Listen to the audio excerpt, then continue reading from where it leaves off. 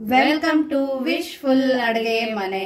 ಇವತ್ತು ಪಾಲಕಿಂದ special recipe ಪ್ರತಿಭಾ. ಹೌದು ಆಶಾ, ಇವತ್ತು ಮಹಾರಾಷ್ಟ್ರದ್ದು ಒಂದು ಫೇಮಸ್ ರೆಸಿಪಿನ ನಮ್ಮನೆಯಲ್ಲಿ ಕಡಿಮೆ ಇಂಗ್ರೀಡಿಯೆಂಟ್ಸ್ ಅಲ್ಲಿ ಮತ್ತೆ ಕಡಿಮೆ ಟೈಮ್ ಅಲ್ಲಿ ಯಾರು ಬೇಡ ಅನ್ನಲ್ಲ ಅಂತದೊಂದು ಯುನೀಕ್ ರೆಸಿಪಿನ ಮಾಡೋಣ. ಇಲ್ಲಿ ಪಾಲಕ್ ತಗೋಬೇಕಾದ್ರೆ ಆಶಾ ಈ ತರ ದೊಡ್ಡ ದೊಡ್ಡದಾಗಿರೋ ಎಲೆನ ತಗೋಬೇಕು. ಹೌದು, ನಿಮ್ಗೆ ಎಷ್ಟು ದಪ್ಪ ಎಲೆ ಸಿಗುತ್ತೆ, ದೊಡ್ಡದ್ ಸಿಗುತ್ತೆ, ಅಷ್ಟು ದೊಡ್ಡದ ಎಲೆನ ನೀವು ತಗೋಬಹುದು. ಸೊ ನೋಡಿ, ನಾನು ಇಲ್ಲಿ ಇಷ್ಟು ದೊಡ್ಡದಾಗಿ ಇರೋಂತ ಎಲೆನ ತಗೊಂಡಿರೋದು. ತಗೊಂಡ್ಬಿಟ್ಟು ಇದು ನೀಟಾಗಿ ವಾಶ್ ಮಾಡಿ ಒಂದ್ ಬಟ್ಟೆಯಿಂದ ಒರೆಸ್ಕೋಬೇಕು. ಡ್ರೈ ಇರ್ಬೇಕು, ಇದು ಡ್ರೈ ಇರ್ಬೇಕು. ಒಂದ್ ಸ್ವಲ್ಪ ನೀರಿದ್ರೆ ನಡೆಯುತ್ತೆ, ಬಟ್ ಆದಷ್ಟು ತೊಳೆದ್ ಬಿಟ್ಟು ನೀರನ್ನ ಒರೆಸ್ಕೋಬೇಕು. ಇಲ್ಲಾಂದ್ರೆ ತೊಳೆದ್ಬಿಟ್ಟು ಒಂದ್ 10-15 ನಿಮಿಷ ಇದ್ರೆ ತಾನೇ ಡ್ರೈ ಆಗಿರುತ್ತೆ. ಒಂದ್ ಪೇಪರ್ ಮೇಲೆ ಹಾಕ್ಬಿಟ್ರೆ ಅಥವಾ ಬಟ್ಟೆ ಮೇಲೆ ಹಾಕ್ಬಿಟ್ರೆ ಡ್ರೈ ಆಗುತ್ತೆ. ಸೊ ಇವಾಗ ಈ ಪಾಲಕನ್ನ ನಾವು ಪಕ್ಕಕ್ಕಿಟ್ಟು ನೆಕ್ಸ್ಟ್ ಏನ್ ಮಾಡೋದು ಅಂತ ನೋಡೋಣ. ನೋಡಿ, ಇಲ್ಲೊಂದು ಮಿಕ್ಸಿ ಜಾರನ್ನ ತಗೊಂಡಿರೋದು. ಅದ್ರ ಒಳಗಡೆ ನೀವು ಖಾರಕ್ಕೆ ನೋಡ್ಕೊಂಡು ಹಸಿಮೆಣಸಿನ್ಕಾಯಿನ ಯೂಸ್ ಮಾಡ್ಕೋಬಹುದು. ಹಸಿಮೆಣಸಿನ್ಕಾಯಿ ತಿನ್ನಲ್ಲ ಅಂದವರು, ಗ್ಯಾಸ್ಟ್ರಿಕ್ ಆಗ್ತಿದೆ ಅನ್ನೋರು ಒಣಮೆಣಸಿನ್ಕಾಯಿನ ಇಲ್ಲಿ ತಗೋಬಹುದು. ಸೊ ಹಸಿಮೆಣಸಿನ್ಕಾಯಿ ಇಲ್ಲಿ ನಾನು 7ರಿಂದ 8 ತಗೊಂಡಿದ್ದೀನಿ, ಜಾಸ್ತಿ ಖಾರ ಇಲ್ಲ ಅಂತೇಳಿ. ಅದ್ರ ಜೊತೆ ಒಂದ್ ಸ್ವಲ್ಪ ಬೆಳ್ಳುಳ್ಳಿನ ತಗೊಂಡಿರೋದು, ಮತ್ತೆ ಒಂದ್ ಸ್ವಲ್ಪ ಶುಂಠಿ. ಇಷ್ಟೆಲ್ಲಾನು ನಾವು ಮಿಕ್ಸಿ ಜಾರಕ್ಕೆ ಹಾಕೊಳ್ಳೋದು. ನೀವು ಮಿಕ್ಸಿ ಜಾರಕ್ಕೆ ಬೇಡ ಅಂದ್ರೆ ಕುಟಾಣಿಯಲ್ಲಿನೂ ಕೂಡ ನೀವು ಕುಟ್ಕೊಂಡು ಹಾಕೋಬಹುದು. ಅದನ್ನು ಕೂಡ ತುಂಬಾ ಒಳ್ಳೆ ಫ್ಲೇವರ್ ಕೊಡುತ್ತೆ. ಅದ್ರ ಜೊತೆ 1 ಸ್ಪೂನ್ ಅಷ್ಟು ಇಲ್ಲಿ ನಾನು ಧನಿಯಾ ಬೀಜನ ತಗೊಂಡಿದ್ದೀನಿ.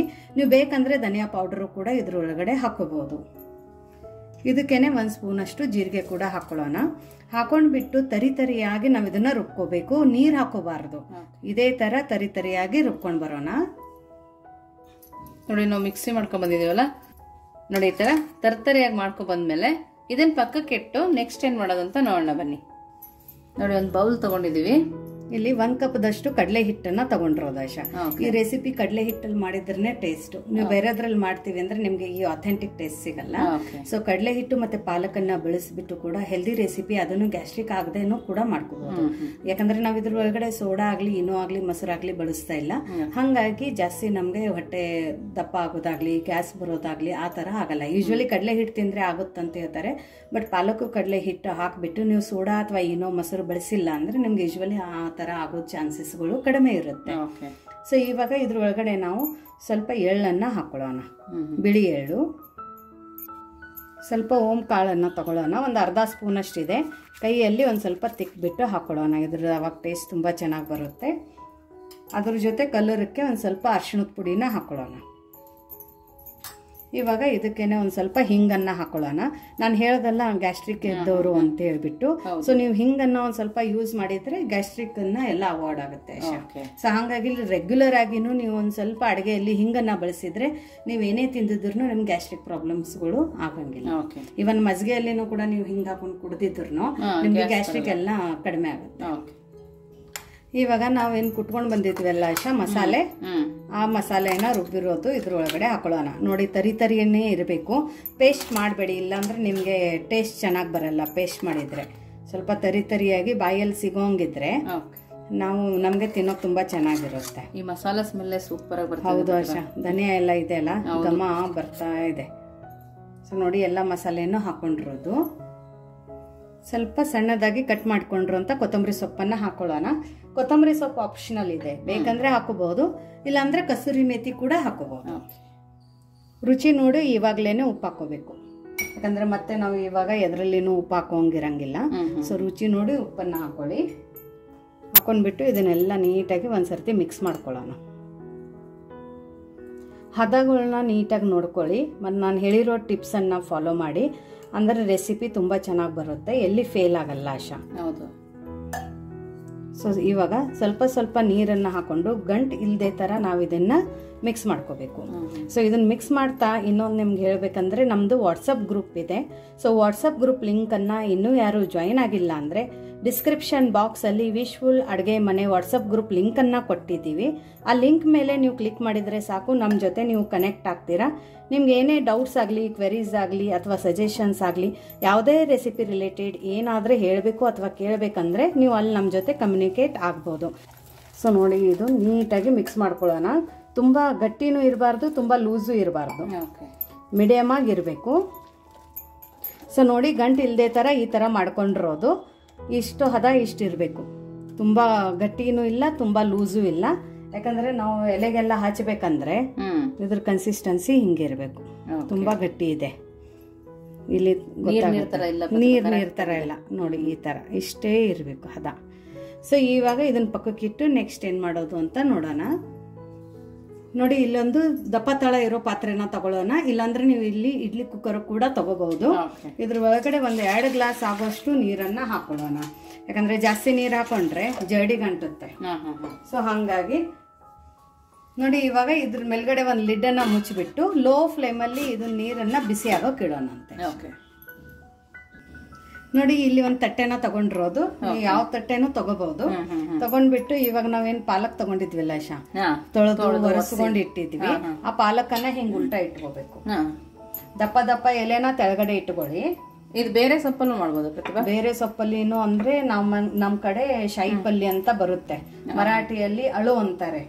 ಸೊ ಅದರಿಂದಾನು ಮಾಡ್ಕೋಬಹುದು, ತುಂಬಾ ದೊಡ್ಡದಿರುತ್ತೆ. ಅದಕ್ಕೆ ಕನ್ನಡದಲ್ಲಿ ಮತ್ತೆ ಇನ್ನೊಂದ್ ಏನ್ ಹೆಸರು ಇದೆ ಅಂತ ನನ್ಗೆ ಗೊತ್ತಿಲ್ಲ ಆಶಾ, ಬಟ್ ನಾವು ಶಾಯಿ ಪಲ್ಯನೂ ಅಂತೀವಿ.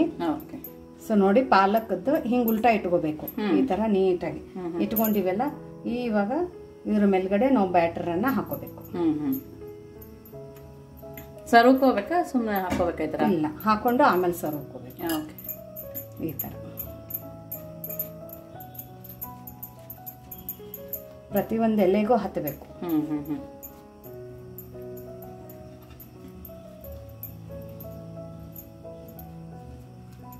ನೀಟಾಗಿ ಈ ತೆಳಗಡೆ ಎಲೆಗೂ ಹಚ್ಚಬೇಕು, ಅಂದ್ರೆ ಒಂದಕ್ಕೊಂದು ನೀಟಾಗಿ ಅಂಟುತ್ತೆ. ನೀವು ಮೊದಲೇ ಅಲ್ಲಿ ಹಚ್ಕೊಂಡು ಮೇಲ್ಗಡೆ ಎಲೆ ಇಡ್ಬೋದು, ಒಂದೊಂದು ಎಲೆ ಹಚ್ಚಲು ಇಡ್ಬೋದು. ಬಟ್ ಈ ತರ ಹಚ್ಚಿದ್ರೆ ತುಂಬಾ ಬೇಗ ಆಗತ್ತೆ. ನೋಡಿ ಇವಾಗ ಇಟ್ಟು ಹಚ್ಕೊಂಡ ನಂತರ ಅದ್ರ ಮೇಲ್ಗಡೆ ಇನ್ನೊಂದು ಎಲೆ ಇಡಬೇಕು. ನೀಟಾಗಿ ಹಿಟ್ಟನ್ನ ಒರೆಸ್ಕೊಂಡು ಹೋಗ್ಬೇಕು. ತೆಳಗಡೆ ದಪ್ಪ ಎಲೆ ಇಟ್ಟ ನಂತರ ನೀವು ಬೇಕಂದ್ರೆ ಮೇಲ್ಗಡೆ ಹಿಂಗೆ ಚಿಕ್ಕ ಚಿಕ್ಕದ ಎಲೆಗಳು ಕೂಡ ಇಟ್ಕೋಬಹುದು. ನೋಡಿ ಈ ತರ, ಬಟ್ ಈ ತರ ಉಲ್ಟಾನೇ ಇಡಬೇಕು, ಸೀದಾ ಇಡಂಗಿಲ್ಲ. ಅಂದ್ರೆ ನೀಟಾಗಿ ಹಿಟ್ಟು ಇದಕ್ಕೆ ಅಂಟ್ಕೊಳ್ಳುತ್ತೆ ಆಶಾ.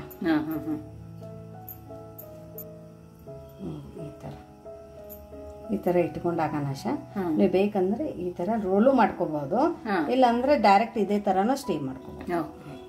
ಸೊ ನಾನು ಇದನ್ನ ರೋಲ್ ಮಾಡ್ತಾ ಇದ್ದೀನಿ, ಯಾಕಂದ್ರೆ ಮಕ್ಕಳಿಗೆಲ್ಲ ತಿನ್ನೋಕ್ಕೆ ಬಾಕ್ಸಿಗೆ ಒಯ್ಯೋಕ್ಕೆ ಚೆನ್ನಾಗಿರುತ್ತಲ್ಲ. ಹೌದು. ಸೊ ನೋಡಿ ಈ ತರ ಎಲ್ಲಾ ಪಾಲಕದನ್ನು ನಾವು ರೋಲ್ಗಳನ್ನ ಮಾಡ್ಕೋಬೇಕು. ಎಲ್ಲಾ ಪಾಲಕದನ್ನು ಮಾಡ್ಕೊಳ್ಳೋಣ. ಸೊ ನೋಡಿ ಎಲ್ಲದನ್ನು ಇದೇ ತರ ಮಾಡ್ಕೊಂಡು ಬಂದಿರೋದು. ಇವಾಗ ನೆಕ್ಸ್ಟ್ ನೋಡೋಣ ಆಶಾ. ಸೊ ನೋಡಿ ಇಲ್ಲಿ ನೀರ್ ಬಿಸಿ ಮಾಡೋಕೆ ಇಟ್ಕೊಂಡಿದ್ದೀವಲ್ಲ ಆಶಾ, ನೀರ್ ಬಿಸಿ ಆಗಿದೆ. ಹೌದು. ಈ ತರ ಸಣ್ಣ ಫ್ಲೇಮ್ ಅಲ್ಲಿನೇ ಕುದಿ ಬರ್ತಾ ಇದೆ. ಇದ್ರ ಒಳಗಡೆ ಇವಾಗ ಒಂದ್ ಜಡಿನ ಇಟ್ಕೋಬೇಕು ನಾವು. ಜಡಿನ ಇಟ್ಕೊಂಡು ಇದಕ್ಕೊಂದ್ ಸ್ವಲ್ಪ ಎಣ್ಣೆ ಒರೆಸ್ಕೋಬೇಕು, ಇಲ್ಲಾಂದ್ರೆ ಅಂಟಬಾರ್ದಲ್ಲ. ಹಂಗಾಗಿ ನೀವು ಬೇಕಂದ್ರೆ ತೆಳಗಡೆನೆ ಇಟ್ಟು ಒರೆಸ್ಕೋಬಹುದು, ಇಲ್ಲಾಂದ್ರೆ ನೀರಿಂದ ಹೂಗ ಬಡಿಯುತ್ತಿರುತ್ತೆ. ನಂಗೆ ರೂಢ ಇದೆ ಅಂತ ನಾನು ಈ ತರ ಮಾಡಿರೋದು. ಬಿಗಿನರ್ಸ್ ಯಾರಾದ್ರೆ ಇದ್ರೆ ಮಾತ್ರ ತೆಳಗಡೆ ಜಡಿಗೆನೆ ನೀವು ಎಣ್ಣೆ ಎಲ್ಲ ಒರೆಸ್ಕೊಂಡು ಆಮೇಲೆ ಇಟ್ಕೋಬಹುದು. ಬಾಳೆದೆಲ್ಲ ಬೇಕಾದ್ರೆ ಇಡ್ಬೋದು? ಇಡ್ಬೋದು, ಬಟ್ ಅದ್ರ ಟೇಸ್ಟ್ ಬೇರೆ ಬರುತ್ತೆ. ಇವಾಗ ಇದಕ್ಕೇನೆ ನಾವು ಮಾಡ್ಕೊಂಡು ಇಟ್ಕೊಂಡಿದೀವಲ್ಲ ಪಾಲಕ್ ರೋಲ್, ಅದನ್ನ ಈ ತರ ಇಟ್ಕೋಬೇಕು. ಪಾಲಕ್ ರೋಲ್ಸ್ ನೋಡಿ ಈ ತರ ನೀಟಾಗಿ ಸ್ಟೀಮ್ ಆಗ್ಬೇಕಿದು.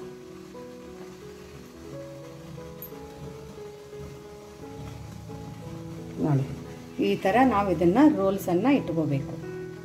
ಇಟ್ಕೊಂಡು ಮೇಲ್ಗಡೆ ಮುಚ್ಚಳನ ಮುಚ್ಚಿ ಮೀಡಿಯಂ ಫ್ಲೇಮಲ್ಲಿ ಒಂದು 5 ರಿಂದ 7 ನಿಮಿಷ ಸ್ಟೀಮ್ ಮಾಡ್ಕೋಬೇಕು. ಸೊ ನೋಡಿ 7 ನಿಮಿಷ ಆಗಿದೆ, ಇದನ್ನ ತೆಗೆದು ಬಿಟ್ಟು ಫ್ಲೇಮ್ ಅನ್ನ ಆಶಾ ಆಫ್ ಮಾಡ್ಕೊಳ್ಳೋಣ. ಚೆನ್ನಾಗಿ ಕಾಣಿಸ್ತದೆ, ತುಂಬಾ ಸಖತ್ತಾಗಿ ಕಾಣ್ತಿದೆ ನೋಡು ಎಷ್ಟು ಚೆನ್ನಾಗಿದೆ ಅಂತ. ಇವಾಗ ಇದನ್ನ ಆಶಾ ಒಂದು ಚಾಕುವಿಂದ ಚುಚ್ಚಿಬಿಟ್ಟು ನೋಡೋಣ. ನೋಡಿ ಎಷ್ಟು ನೀಟಾಗಿ ಬಂದಿದೆ, ಎಲ್ಲಿ ಹಸಿದಿಲ್ಲ. ನೋಡಿ ಹೀಗೆ ನೀಟಾಗಿ ಬಂದ್ರೆ ಹಸಿದಿಲ್ಲ ಅಂತ. ಸೊ ಇವಾಗ ಇದು ಒಂದು ಸ್ವಲ್ಪ ತಣ್ಣಗಾಗೋಕೆ ಬಿಡಬೇಕು. ನೋಡಿ ಇವಾಗ ಇದು ತಣ್ಣಗಾಗಿದೆ. ತಣ್ಣಗಾದ ನಂತರ ಕೆಳಗಡೆ ಅಂಟಿದೆ ಅಂತ ಏನು ಯೋಚನೆ ಮಾಡಬೇಡಿ. ಈ ತರ ಇದರಿಂದ ಆಶಾ ಒಂದ್ ಸ್ಪೂನ್ ಇಂದ ನೀವು ಇದನ್ನ ಮಾಡ್ಕೋಬಹುದು, ಹಿಂಗ್ ತಕ್ಕೋಬಹುದು, ಎಲ್ಲಿ ಅಂಟಲ್ಲ. ಅವಾಗ ಅನ್ನಟ್ಟು ಎಷ್ಟು ನೀಟಾಗಿ ಬಂದಿರುತ್ತೆ. ಅದಕ್ಕೆ ತೆಳಗಡೆ ನೀಟಾಗಿ ಎಣ್ಣೆ ಹಚ್ಕೋಬೇಕು. ಇದನ್ನ ಒಂದ್ ಪ್ಲೇಟಕ್ಕೆ ತಕ್ಕೊಳ್ಳೋಣ. ನೋಡಿ ಈ ತರ ಒಂದು ತಟ್ಟೆಗೆ ತಕ್ಕೊಳ್ಳೋಣಂತೆ. ಎಲ್ಲದನ್ನು ಅಷ್ಟೇ ಅದಕ್ಕೆ ಆರಿದ ನಂತರ ತಕ್ಕೋಬೇಕು ನಾವು ಇದನ್ನ. ಬಿಸಿಲು ತಕ್ಕೋಬಾರ್ದು. ಅವಾಗ ಅಂಟಿರುತ್ತಲ್ಲ, ಕಟ್ ಆಗೋ ಚಾನ್ಸಸ್ ಜಾಸ್ತಿ ಇರ್ತವೆ. ನೋಡಿ. ಸೊ ನೋಡಿ, ಇವಾಗ ಒಂದು ತಕ್ಕೊಳ್ಳೋಣ. ತಕೊಂಡ್ಬಿಟ್ಟು ನಿಮ್ಗೆ ಹೆಂಗ್ ಬೇಕೋ ಹಂಗ್ ಕಟ್ ಮಾಡ್ಕೋಬಹುದು ಆಶಾ. ಬಟ್ ಜಾಸ್ತಿ ದಪ್ಪ ಇರಬಾರ್ದು, ಜಾಸ್ತಿ ಸಣ್ಣ ಇರಬಾರ್ದು. ಸೊ ನೋಡಿ ಎಷ್ಟು ಚೆನ್ನಾಗಿ ಇದನ್ನ ಲೇಯರ್ಸ್ ಬಂದಿದೆ. ಈ ತರ ಇಷ್ಟೇ ಥಿಕ್ನೆಸ್ ನೋಡಿ. ಅದೇ ತರ ಎಲ್ಲದನ್ನು ಕಟ್ ಮಾಡ್ಕೋಬೇಕು. ತುಂಬಾನೇ ಚೆನ್ನಾಗಿದೆ ಪ್ರತಿಭಾ. ಹೌದು. ಸೊ ನೋಡಿ, ಎಲ್ಲದನ್ನು ಅದೇ ತರ ಮಾಡ್ಕೊಂಡ್ರು. ಒಳಗಡೆ ರೋಲ್ ಕೂಡ ಎಷ್ಟು ಚೆನ್ನಾಗಿ ಕಾಣಿಸ್ತಾ ಇದೆ. ಹೌದು, ಎಲ್ಲಿ ಹಸಿ ಇಲ್ಲ. ಸೊ ಎಲ್ಲದನ್ನು ಇದೇ ತರ ಕಟ್ ಮಾಡ್ಕೊಳ್ಳೋಣ. ನೋಡಿ, ಎಲ್ಲದನ್ನು ಈ ತರ ಕಟ್ ಮಾಡ್ಕೊಂಡು ಬಂದಿರೋದು ತುಂಬಾ ಚೆನ್ನಾಗಿ ಬಂದಿದ್ದಾವೆ. ಎಲ್ಲಿ ಹಸಿ ಆ ತರ ಏನೂ ಉಳಿದಿಲ್ಲ. ಸೊ ಇವಾಗ ಇದನ್ನ ನೆಕ್ಸ್ಟ್ ನಾವು ಫ್ರೈ ಮಾಡ್ಕೊಳ್ಳೋಣ. ನೋಡಿ, ಇಲ್ಲೊಂದು ಕಬ್ಬಣ ತವೆ ಇಟ್ಕೊಂಡಿದ್ದೀನಿ ನಾನು. ನೀವು ಬೇಕಂದ್ರೆ ನಾನ್ ಸ್ಟಿಕ್ ಕೂಡ ಯೂಸ್ ಮಾಡ್ಕೋಬಹುದು. ಇದ್ರ ಮೇಲ್ಗಡೆ ಒಂದ್ ಸ್ವಲ್ಪ ಎಣ್ಣೆನ ಹಾಕೊಳ್ಳೋಣ. 1-2 ಸ್ಪೂನ್ ಅಷ್ಟು ಎಣ್ಣೆ ಹಾಕೊಂಡ್ಬಿಟ್ಟು ನೀಟಾಗಿ ಎಲ್ಲ ಕಡೆ ಸ್ಪ್ರೆಡ್ ಮಾಡ್ಕೊಳ್ಳೋಣ. ಜಾಸ್ತಿ ಎಣ್ಣೆ ಇಲ್ಲ ಪ್ರತಿಭಾ, ಜಾಸ್ತಿ ಏನಿಲ್ಲ, ಶಾಲೋ ಫ್ರೈ ಮಾಡ್ಕೊಳ್ಳೋಣ. ಇವಾಗ ನಾವು ಮಾಡ್ಕೊಂಡ್ರಂತೂ ಕಟ್ ಮಾಡ್ಕೊಂಡ್ರಂತೂ ಇದ್ರೊಳಗಡೆ ಇಟ್ಕೋತ ಹೋಗ್ಬೇಕಾಶ. ನೋಡಿ, ಎಷ್ಟು ಹಿಡಿಸುತ್ತೆ ಅಷ್ಟಿಷ್ಟು ಹಾಕೋತ ಹೋಗ್ಬೇಕು. ಇದನ್ನ ನಾವು 2 ಸೈಡ್ ಬಯಸ್ಬೇಕು ಆಶಾ. ಕ್ರಿಸ್ಪಿ ಆಗ್ಬೇಕಾ ಯಾವ ತರ ಪ್ರತಿಭಾ? ಸ್ವಲ್ಪ ಕಲರ್ ಚೇಂಜ್ ಆಗುತ್ತೆ ಇದ್ರದ್ದು. ಇಷ್ಟು ಹಾಕೊಂಡು ಇದ್ರ ಮೇಲ್ಗಡೆನು ಒಂದ್ ಸ್ವಲ್ಪ ಎಣ್ಣೆ ಹಾಕೋಬೇಕು. ನೀವು ನಮ್ಗೆ ಇಷ್ಟೆಲ್ಲ ಎಣ್ಣೆ ಬೇಡ ಅಂದ್ರೆ ನಾನ್ ಸ್ಟಿಕ್ ಅಲ್ಲಿ ಸ್ವಲ್ಪ ಹಂಗೇನೆ ಫ್ರೈ ಮಾಡ್ಕೋಬಹುದು. ಇಲ್ಲ ಓವನ್ ಇದ್ರೆ ಓವನ್ ಅಲ್ಲಿನೂ ಕೂಡ ಇದನ್ನ ನೀವು ಇದನ್ನ ಮಾಡ್ಕೋಬಹುದು, ಬೇಕ್ ಮಾಡ್ಕೋಬಹುದು. ನೋಡಿ, 2 ಮೈ ಈ ತರ ಮಾಡ್ಕೋಬೇಕು. ಇದು ಮೇಲ್ಗಡೆ ಕಲರ್ ಇದೆಯಲ್ಲ, ಸ್ವಲ್ಪ ರೆಡಿಶ್ ಆಗಬೇಕು. ಆ ತರ 2 ಮೈ ನಾವು ಇದನ್ನ ಬೇಯಿಸ್ಕೊಂಡ್ ಬರೋಣ. ಫ್ಲೇಮ್ ಮಾತ್ರ ನೀವು ಹೈ ಫ್ಲೇಮ್ ಅಲ್ಲಿ ಇಟ್ಕೋಬಹುದು, ಹೈ ಟು ಮೀಡಿಯಂ ಫ್ಲೇಮ್ ಅಲ್ಲಿ. ತಿರುಗಿಸ್ಬೇಕಾದ್ರೆ ನಿಧಾನ ತಿರುಗಿಸ್ಕೊಬೇಕು ನೋಡಿ. ಹೌದೌದು. ನೋಡಿ, 2 ಸೈಡ್ ಈ ತರ ಕೆಂಪದಾಗೆ ಆಗೋ ತನಕ ಬೇಯಿಸ್ಕೊಂಡಿರೋದು. ಜಾಸ್ತಿ ಆಯಿಲು ತಗೊಂಡಿಲ್ಲ. ಇವಾಗ ಇದನ್ನ ತಕೊಳ್ಳೋಣಂತೆ. ಚೆನ್ನಾಗಿ ಬೈದಿದೆ 2 ಸೈಡ್. ಕರಿ ಮಾಡಕ್ ಹೋಗ್ಬೇಡಿ, ಇದೇ ತರ ಇರಲಿ. ಹೌದು, ರೆಡಿಶ್ ಆಗ್ಬೇಕು, ಸಾಕಿಷ್ಟೇ. ಚೆನ್ನಾಗಿದ್ದು ರೋಸ್ಟ್ ಆಗಿದ್ದಾವೆ. ಇವಾಗ ನಾವ್ ಇದನ್ನ ಒಂದ್ ಪ್ಲೇಟಕ್ಕೆ ತಕ್ಕೊಳ್ಳೋಣಂತೆ. ನೋಡಿ, ಇದನ್ನ ಈ ತರ ತಕ್ಕೊಳ್ಳೋಣ. ಇದು ಆಶಾ ನಮ್ಮಲ್ಲಿ ದಸರಾದಲ್ಲಿನೂ ಕೂಡ ಮಾಡ್ತಾರೆ, ದೇವಿಗೆ ನೈವೇದ್ಯಕ್ಕೆ ಅಂತೇಳಿ. ಮಹಾರಾಷ್ಟ್ರದಲ್ಲಿ ಬಜ್ಜಿ ಬೋಂಡ ಮಾಡೋದಕ್ಕಿಂತ ಈ ತರ ಮಾಡ್ತೀವಿ. ಹೌದು, ಡೀಪ್ ಫ್ರೈ ಆಯಿಲ್ಗಿಂತ ಬೆಟರ್. ಹೌದೌದು. ಒಬ್ಬತ್ತು ಮಾಡಿರ್ತೀವಲ್ಲ, ಅದೇ ತವೆ ಮೇಲೆ ಈ ತರ ಮಾಡಿಬಿಡ್ತೀವಿ. ಸೊ ನೋಡಿ, ಎಲ್ಲದನ್ನು ಇದೇ ತರ ಮಾಡ್ಕೊಂಡು ಬರೋಣಂತೆ. ನೋಡಿ, ನಮ್ದು ಬಿಸಿ ಬಿಸಿ ಪಾಲಕ್ ವಡಿ ರೆಡಿ ಆಗಿದೆ. ನೋಡಕ್ಕೆ ಚೆನ್ನಾಗಿ ಕಾಣುತ್ತಾ ಇದೆ, ತಿನ್ನೋಕ್ಕೂ ಅಷ್ಟೇ ಟೇಸ್ಟಿ ಆಗಿದೆ.